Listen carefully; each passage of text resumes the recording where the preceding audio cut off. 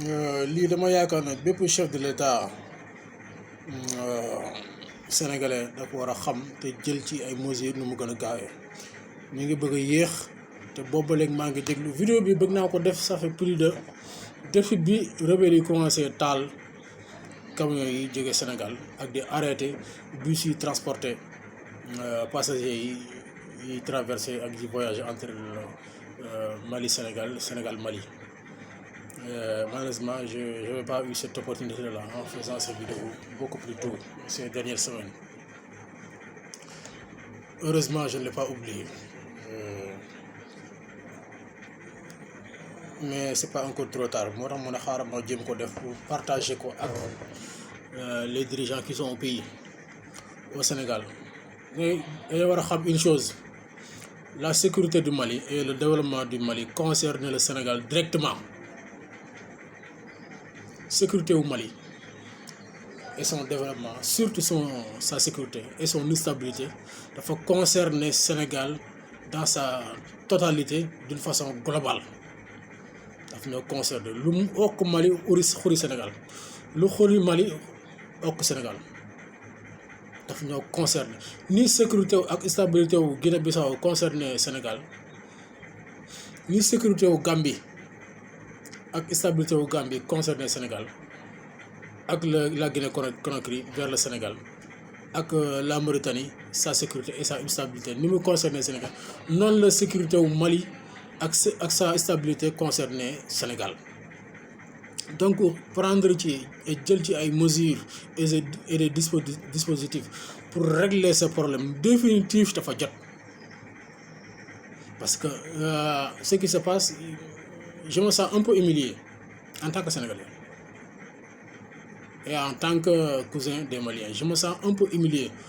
Pourquoi des gens avec des motos de déplacement, des moyens de déplacement de 2 roues puissent empêcher qu'on puisse livrer notre voisin, nos cousins maliens, du carburant et des denrées de première nécessité sans problème, sans danger et sans inquiétude. Pourquoi cette chose-là puisse se produire actuellement? Pourquoi? Parce qu'il y a une négligence, il y a une manque de connaissance profonde de ce qui lie ces deux pays-là. En ce qui concerne l'actuel régime qui dirige le Sénégal, qui est leur leader politique, Diomaye Faye.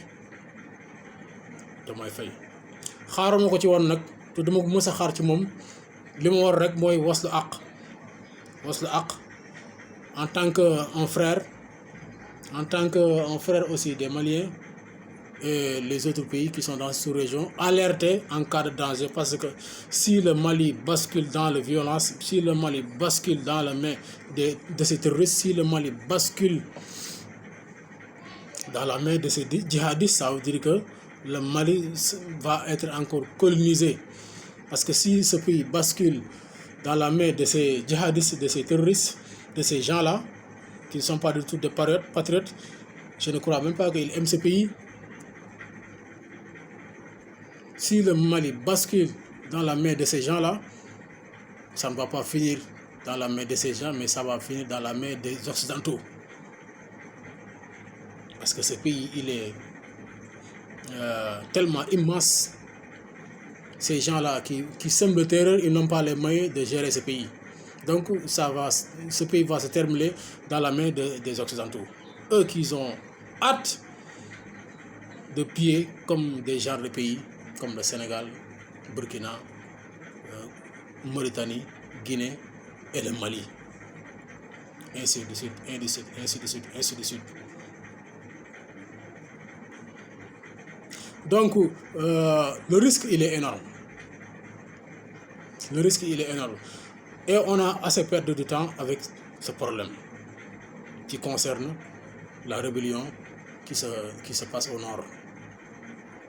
Ils ne sont plus au nord, ils sont au niveau du centre, jusqu'à vers frontière Sénégal-Mali. C'est une honte. C'est une honte totale. Et ça, nos généraux au pays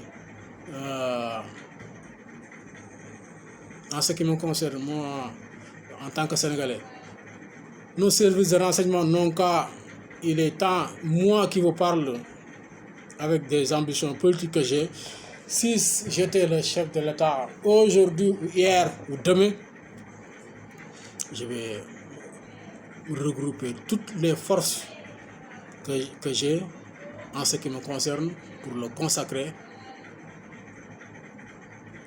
pour essayer de sauver la face, sauver de ce qui nous reste, c'est de sauver notre dignité